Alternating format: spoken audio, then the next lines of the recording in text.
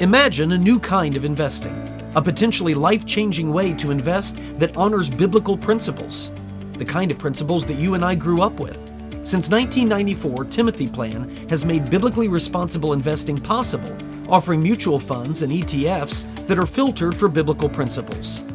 Don't compromise your values. Invest with Timothy Plan. Ask your financial advisor or call Timothy Plan at 1-800-TIM-PLAN. Again, that's 1-800-846-7526 and discover what it means to be a biblically responsible investor.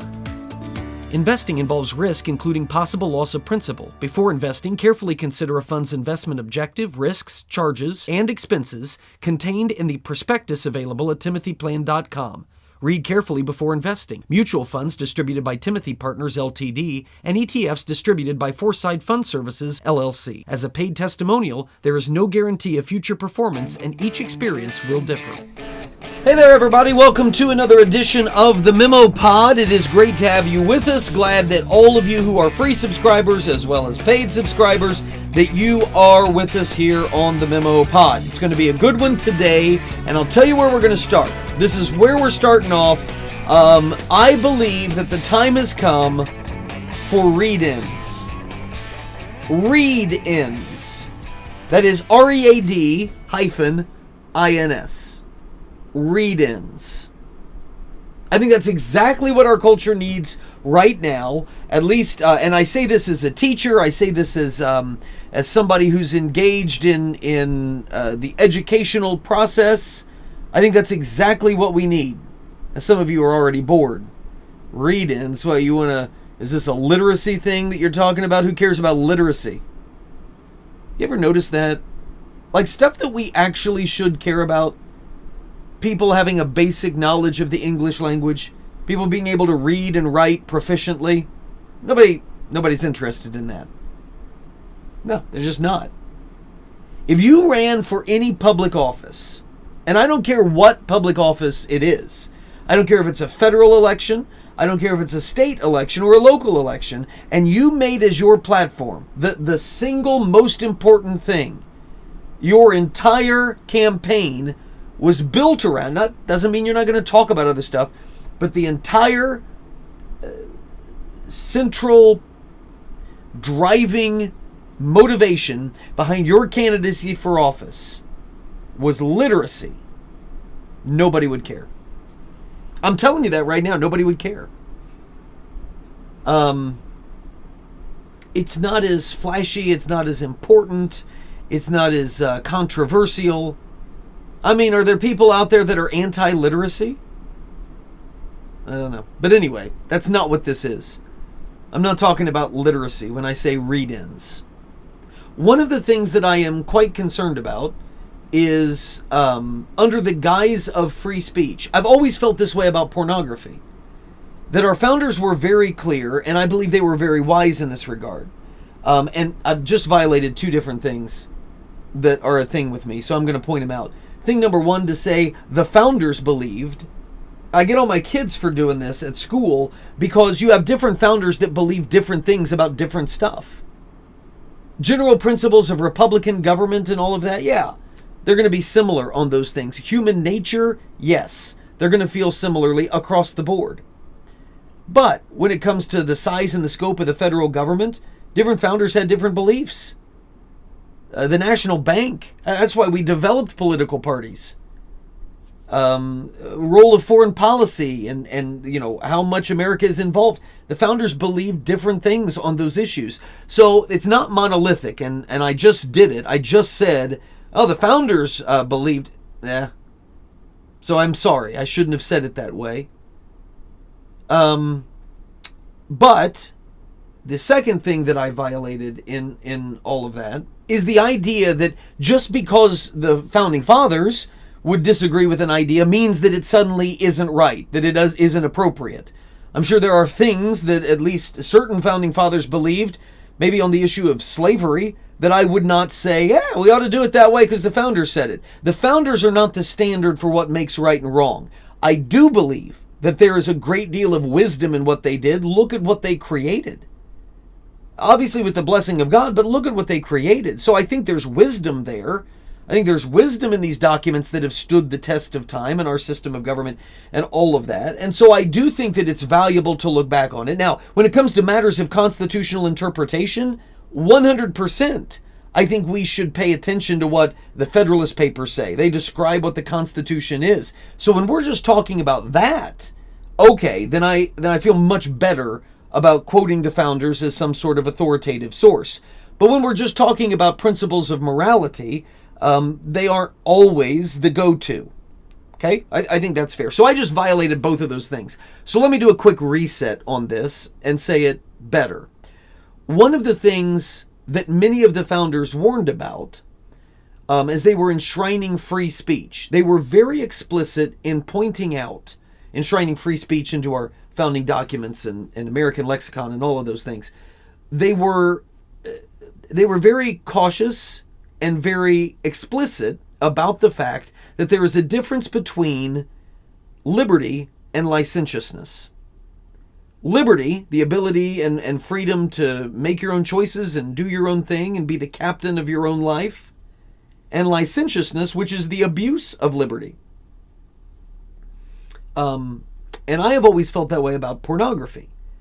That pornography is, it's become rampant because it is spread under the guise of free speech. And when people say, well, the government has a legitimate object in limiting, they've got a legitimate reason to limit access to pornography because there's nothing wholesome, there's nothing good that comes from pornography. And what pornography actually is not free speech. It's an abuse of free speech. It is licentiousness. The government has a completely justified and reasonable position to say, no, we're going to ban this. This isn't okay. Oh, well, what about free speech? No. See, I've always felt that way about this. Now, I'm looking at this as a teacher, and some of the things that are being protected under the guise of free speech and that the American Library Association and other places will often push, I think we need to be careful about that. I think that there is a place to say, let us gauge and be wise about what it is that we consider free speech and liberty and what it is that is morally corrupting. I don't think the government has a legitimate responsibility to protect those things that are morally corrupting. Not a blanket one, anyway. Case-by-case basis, looking at various things. For instance, if you are going to say, well, strip clubs are morally corrupting, well, I'm not going to disagree with that. But when they have strict guidelines that only adults who want to access that are going in to access that, then you start saying, okay, is this a place for the government to be the parent of an adult? To me, that's an entirely different conversation than when we're talking about what kinds of texts and what kinds of books and what kinds of literature younger children are exposed to. And the problem with that is it's difficult to make one across-the-board law for everybody, because you will have 17-year-olds that are far more worldly and are far less corrupted by some of these things because of the things that they've seen in their life than you have 25-year-olds in other places. However, I don't think our question about where to draw the line means that we don't draw a line. You know what I mean? Questions over what is too much, if we disagree about what is too much and what if this goes too far, we're going to have disagreements about that. But I don't think that because we have disagreements, the solution is, well, then just it's anything goes. And I think what you have seen in a number of school corporations at the behest of LGBT politics, LGBTQIAA2+, whatever it is, which I think is better just summed up LGBT ETC, as an etc. That way we're not leaving anybody out. At the behest of that movement and the demands made by that movement, you have seen some very provocative and inappropriate, explicit, sexually explicit, and pornographic material that has been accepted onto reading lists that are available to high school and junior high and, God forbid, sometimes in elementary libraries. Now, it's not across the board. It's not everywhere. I certainly don't know of any cases in the area where I am, in central Indiana. And I think that if that was the case, people would have raised a stink about it and we would have heard about it. So I don't mean to suggest that it's endemic. I don't mean to suggest that this is a crisis of epic proportions and it's spread everywhere and, we're on the cusp of complete and total moral decay. It's not what I'm getting at. But where it exists, I think we have to call it out. And that's why I'm saying a read-in. A read-in to me is a perfect way to demonstrate, number one, how people really feel about the material, and number two, it's going to quickly reveal how the general population feels about it. In other words, I guess I should specify what a read-in is. Do you remember 60 years ago, and obviously some of you were not alive then, I was not alive 60 years ago, but I teach that era. 60 years ago is when you had the Greensboro boys, the heroic college kids from Greensboro, North Carolina. You remember them? The sit-ins? Tell me you remember the sit-ins. You do remember the sit-ins, yes? Good. Just making sure. Yeah, the civil rights movement is 60 years ago. To highlight some of the dangerous injustice of black citizens being done to black citizens when they were denied access to lunch counters throughout the segregated South. You had those Greensboro college kids, and then you had heroic young people from SNCC and the SCLC. SNCC was the Student Nonviolent Coordinating Committee, and the Southern Leadership Christian Leadership Conference. That was Dr. King's movement. Kids from those groups across several states engaged in this peaceful protest. And what they would do is, it was brilliantly conceived. They would go to a segregated lunch counter and they would walk in because they were allowed. Many times there was a shop, and so you could shop and you could buy things there, but then they had a lunch counter there. And the companies, the businesses, the drugstores, whatever it was, they were more than happy to take the money of black citizens.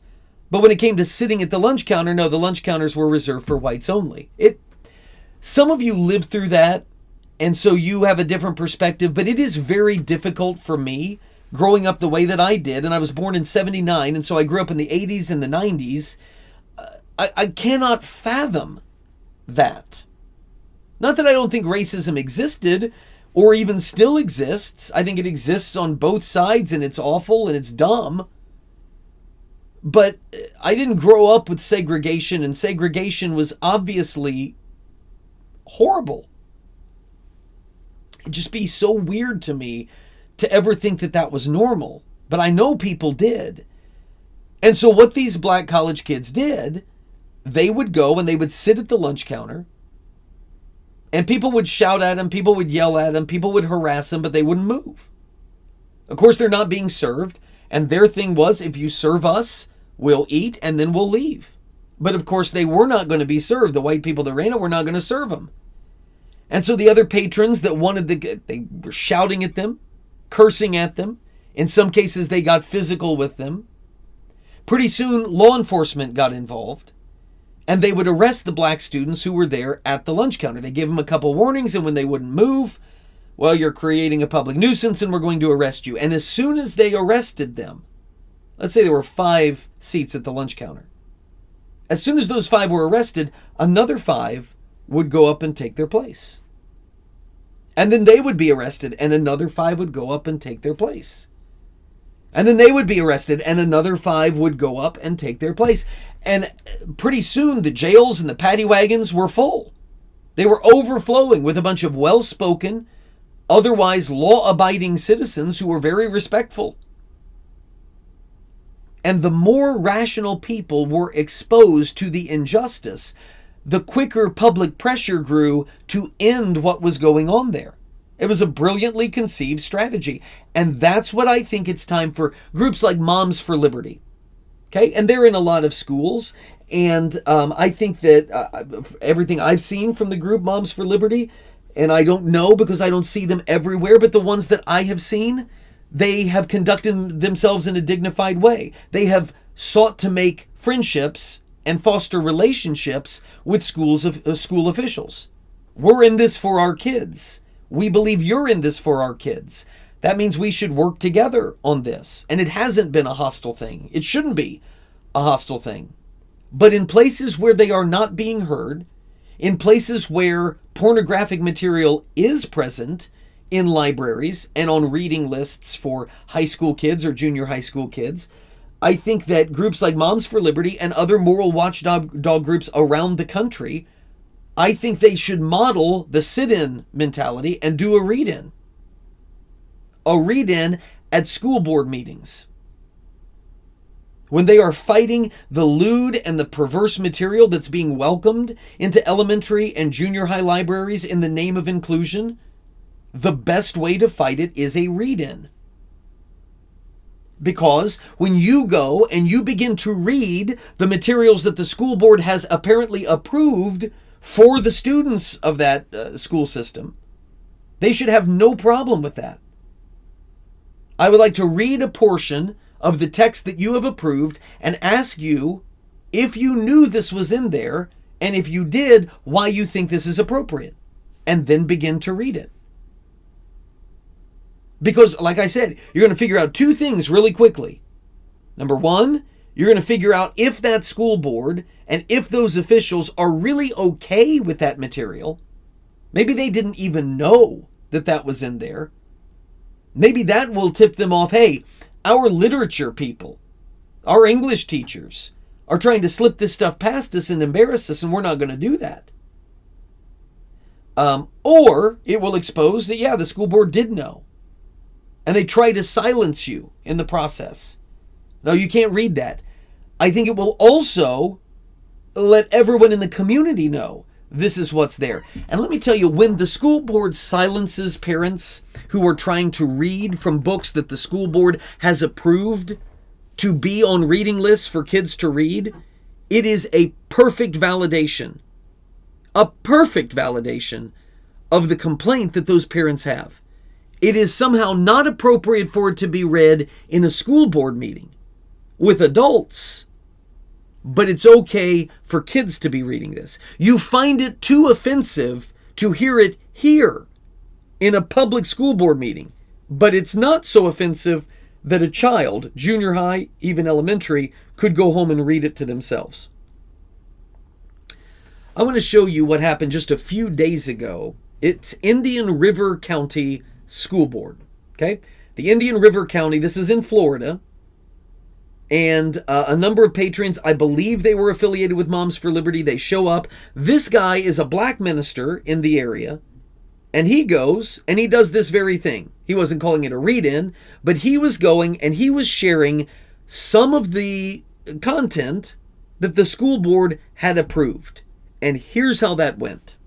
Now on the topic of these pornographic books that you keep calling these point of contacts on as relates to whether they should be read or not. 13 Reasons Why by Jay Asher, currently in Storm Grove Middle School and Freshman Learning Center, page 265.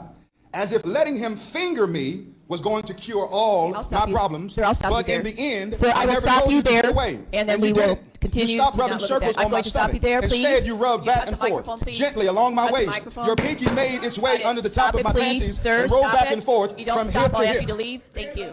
He doesn't need a microphone. Yes, sir. I asked you to stop, and you're going to have to leave if you don't continue with that.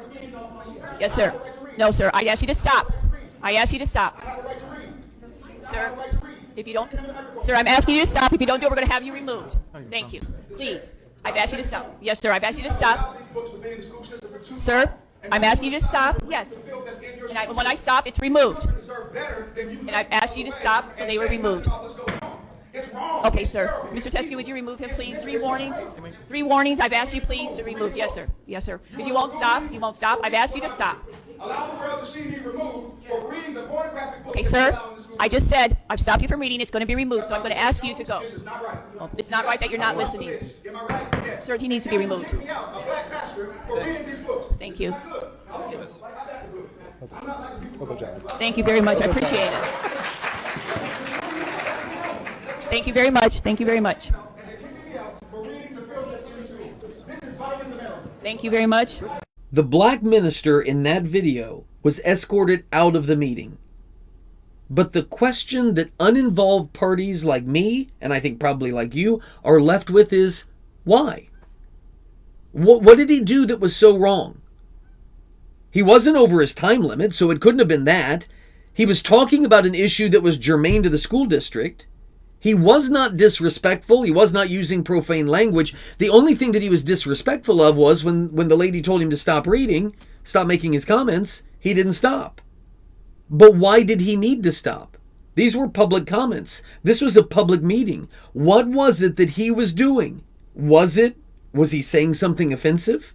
Because if that's the argument, if the board found, and the board president, whoever was speaking there, chairwoman or whatever, if they found what he was saying to be offensive, that's what they approved for kids to read. And that's the point. That's what's exposed. If it's too offensive to be read aloud in a public meeting, that's the very point that watchdog groups like this are making. If adult school board members blush at the sound of those words and don't want to be exposed to them themselves, then why on God's green earth would they permit elementary or junior high or high school kids to be exposed to it? In what sense does that, in what way does that even make sense? I about said, in what sense does that even make way? And that wouldn't have made any sense. Notice how the school board doesn't allow him to finish his reading. Had him escorted out by the police like he was some kind of potential threat. And that's when it should have happened. That's what I'm getting at. There has to be another patron who approached the microphone right after he was hauled out, stepped up, and picked up the reading right where he left off. Keep going and going and going. Another person, another person, another person. Make them escort all of you out. Fill the paddy wagons until they're overflowing again. And I'll tell you why, because you're not going to get any media support on this. There was a local affiliate in West Palm Beach. They reported on how school board members received threats after the meeting. Now, maybe that's the case. What West Palm Beach's NBC affiliate's trying to do is to say that Moms for Liberty, that organized all of this, that they are terrorists, that they are threatening the lives of the school board members, that they're endangering the school board members. First of all, I don't want to suggest that a threat didn't happen. I suppose that it could have, but we've seen enough false flags. We've seen enough fake threats. Whether it's fake hate crimes or whatever it is, that I am a bit skeptical, if I can be completely honest. But yeah, nobody likes threats, and Moms for Liberty issued a statement saying, we would never condone any of that. What we're trying to do is to protect children. We don't want to endanger adults. We're trying to protect everybody here in this. Moms for Liberty explicitly condemned any threat. We don't know, neither does the media know, that these threats weren't concocted by those who are in league with the school board in order to generate sympathy or distract people's attention, all while giving the illusion that people that don't want kids exposed to offensive literature are somehow whack jobs. That's what the media is going to do. They are completely on board. As much as I don't want to believe this or admit this, our media, by and large, is on board with the sexualizing of kids in school. They have been told and they have chosen to believe that this is somehow open-minded, that this is somehow tolerance, that this is somehow loving people and caring for people and including people. They are completely on board with sexualizing kids in schools. The media here, the NBC affiliate, favorably quoted the board's chairwoman, Peggy Jones, who I'm assuming was the one in that video saying, sir, you're going to have to stop. But Peggy Jones lectured the angry parents that were there. Quote, "If you don't think it's appropriate, please don't read it." That's not how this works. How it works is, if you do think that it's appropriate, Peggy Jones, then don't object to it being read at your meetings. It's that simple. And until you realize that, until they, the ones that are doing this, which again, I don't believe is epidemic, but until the ones that are doing this realize it and mend their ways, then the line of parents who are ready to read this content aloud to amplify the embarrassment of the board, it should back out the door. Parent after parent after parent. Will it work?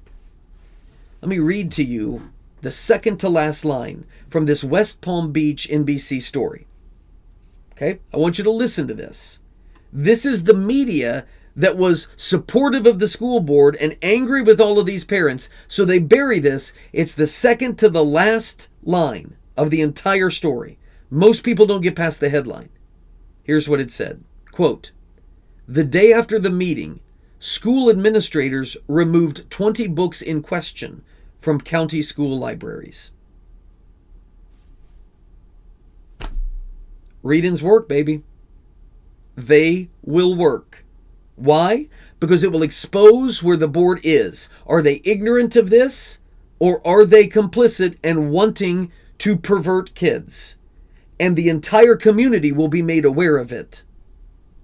That's how this is done. 20 books. And I know what that does. That opens people up. It opens me up to others saying, "Oh, well, you're into censoring books." Okay, there's a big, big difference between censoring and keeping it out of the hands of elementary and junior high and even high school students. Big difference. It's not government censorship when it keeps pornography off of school computers or off of school iPads. I work at a school. It's a government-run school because we're a public school. And every student gets an iPad. And they block all kinds of content on there. Even when I'm trying to send them to a legitimate history site, sometimes it'll be blocked because the censors are so tight on what they can go to and what they can't. Is that government censorship in the illegal, unconstitutional definition of the term? No, let's not play this game. Let's not play this game to, again, try to protect under the guise of free speech and liberty what is neither, what is licentiousness. Your thoughts welcome on this. Peter at peterheck.com. That is Peter at peterheck.com. I'd love to hear from you. If you're a free subscriber, I got to drop you off here. And I hate to do it because we're going to get into election 2024 after the break. Specifically, if you did not see what Tucker Carlson just said, he was doing an interview with the guy from Barstool. And I mean, Trump supporter heads, I don't know how they haven't exploded. I mean, some have. But what he just said, I mean, I did not have this on my bingo card because Trump people are Tucker people. By and large, the Trump people are Tucker people, and they go hand in hand. Tucker rose to prominence during the Trump administration. Tucker has been one of the few media members who have called out some of the more persecuting things that have been aimed at Donald Trump. And so, most Trump people believe that Tucker was on their side. You won't believe, if you haven't seen it, what Tucker Carlson just said. We'll get into that, as well as the case for Captain Competence, which would be Ron DeSantis, where I think all of that stands. Be interested in your feedback on this. Again, if you're a free subscriber, you got to bump up now. You want to be part of this conversation, you can join in our comment section. You can do it for just $10 a month if you want to do that, and then leave anytime. Or you can get the cheaper version, which is $100 for the full year, all 12 months. So that knocks off $20 off the price if you do it that way. But I really want you to be involved in this conversation. I really want you to hear this talk and see what Tucker Carlson actually said, and then we'll discuss it. But anyway, that comes up after the break for paid subscribers. Free subscribers, have a great week, and we'll see you in 7 days. All right? See you. The Memo. With Peter Heck.